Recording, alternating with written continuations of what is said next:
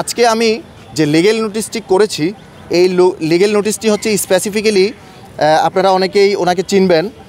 রুবায়াত ফাতেমা তন্নি, যিনি সানভিজ বাই তন্নি নামে একটি পেজ পরিচালনা করেন এবং অনলাইনের মাধ্যমে ব্যবসা পরিচালনা করেন। এখন ওনার বিরুদ্ধে অভিযোগটা কি? ওনার বিরুদ্ধে অভিযোগটা হচ্ছে, আপনারা যদি ওনার ভিডিও দেখেন, ওনার পেজটাকে ফলো করেন, আপনারা দেখবেন যে উনি ওনার পেজে বিভিন্ন সময়ে কাপড়ের যে প্রচারণা, কাপড় বিক্রির যে ব্যবসার যে প্রচারণা,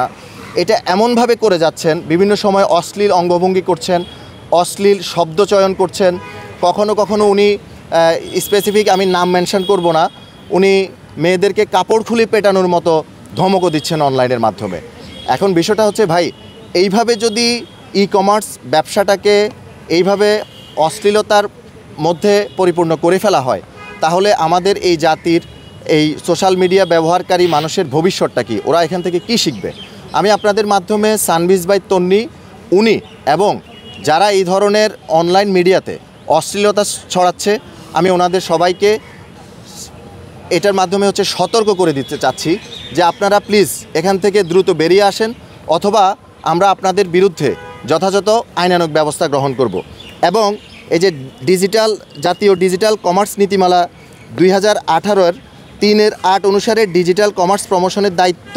বাণিজ্য মন্ত্রণালয় এবং তথ্য ও যোগাযোগ প্রযুক্তি বিভাগ এবং সংশ্লিষ্ট সকল স্টেক হোল্ডারের একটা দায়বদ্ধতা রয়েছে, এবং জনসচেতনতা সৃষ্টির জন্য বাণিজ্য মন্ত্রণালয়ের এবং তথ্য ও যোগাযোগ প্রযুক্তি বিভাগ সহ সংশ্লিষ্ট যে সকল বিভাগ রয়েছে ওনাদের কিছু নীতিমালা রয়েছে এবং কিছু নিয়ম রয়েছে। আপনারা এই কমার্সের মাধ্যমে যদি সঠিকভাবে ব্যবসা পরিচালনা করতে হয়, আপনারা এই নীতিমালা অনুসরণ করে ভবিষ্যতে আপনাদের পেজ পরিচালনা করবেন এবং ই কমার্সের যে ব্যবসা সেটা পরিচালনা করবেন, এবং এই ধরনের অশ্লীল এবং কুরুচিপূর্ণ অশ্রাব্য এই ধরনের কথাবার্তা বলা থেকে বিরত থাকবেন। আশা করি এই লিগ্যাল নোটিশের উনি জবাব দিবেন এবং ভবিষ্যতে উনি এবং যারা এই সমস্ত অশ্লীলতা ছড়িয়ে যাচ্ছেন ওনারা পরবর্তী সময়ে এই সমস্ত প্রচারণা থেকে বিরত থাকবেন বলে আমি আশা করি। আসলে স্পেসিফিক্যালি নট অনলি তন্নি, আপনি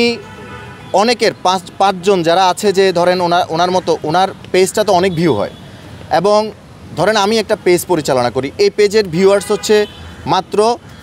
2000 জন, আবার আপনি একটা পেজ পরিচালনা করেন, এই পেজের ভিউয়ার্স হচ্ছে মনে করেন যে 5 মিলিয়ন। এখন আমি যদি একটা অশ্লীলতা ছড়াই আমার পেজে, সেটা সর্বোচ্চ 2000 মানুষ দেখবে, আর আপনার যদি 5 মিলিয়ন ফলোয়ার থাকে, সেক্ষেত্রে আপনি যদি একটা অশ্লীলতা ছড়ান সেটা কিন্তু 5 মিলিয়ন মানুষ দেখবে। এখন সানভিজ বাই তন্নি উনি ব্যবসা করবে, উনি প্রতিষ্ঠিত একজন ব্যবসায়ী আমরা মনে করি, কিন্তু আমার কাছে অসংখ্য ভিডিও আছে, আপনারা চাইলে আমি দেখাইতে পারি ওনার যে আচরণ, বা একটু পরে আমি আপনাদেরকে ফোনে দেখাচ্ছি যে এই ধরনের আচরণ আপনারা নিজেরাই বিচার বিশ্লেষণ করেন যে এটা আসলে কতটুকু যৌক্তিক, কতটুকু সমাজের জন্য ইতিবাচক। এখন একজন আইনজীবী হিসাবে সমাজে এই ধরনের অশ্লীলতা যারাই ছড়াবে, নট অনলি তন্নি, যারাই ছড়াবে, আমরা ওনাদের বিরুদ্ধেই যথোপযুক্ত আইনগত ব্যবস্থা নিব। এবং তন্নির যেহেতু ফলোয়ার বেশি এবং ওনার পেজটা যেহেতু মানুষ দেখেন, আমরা আশা করি যে উনি এমনভাবে কন্টেন্ট ক্রিয়েট করবেন, এমনভাবে ভিডিও ছাড়বেন, এমনভাবে ওনার ব্যবসায়িক কার্যক্রম পরিচালনা করবেন যাতে মানুষ এখান থেকে ইতিবাচক শিক্ষা পায়। আমরা ওনাকে টোটাল এই লিগ্যাল নোটিশে আমরা ওনাকে টোটাল 3 দিন সময় দিয়েছি। এই 3 দিনের মধ্যে উনি আমাদেরকে এটার জবাব দিবেন বলে আমরা আশাবাদ ব্যক্ত করি। উনি